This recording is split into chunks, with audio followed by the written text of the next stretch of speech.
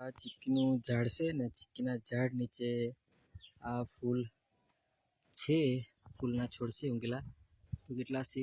6 છોડ છે અને બીજા પણ નીકળવાની તૈયારી છે. તો આ જે ફૂલ હોય છે તે વરસાદ પડે છે અને વરસાદ પડતાની સાથે થોડા દિવસમાં ઊંઘી નીકળે છે. જુઓ કેટલા ખતરનાક દેખાય છે. જે આપણે કોરોનાનો સિમ્બોલ હતો તે ટાઈપ જેવા દેખાય છે, બહુ ખતરનાક.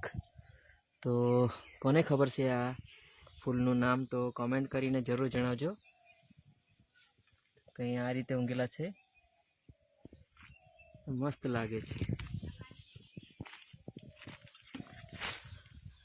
આ જુઓ કેટલા મસ્ત લાગે છે.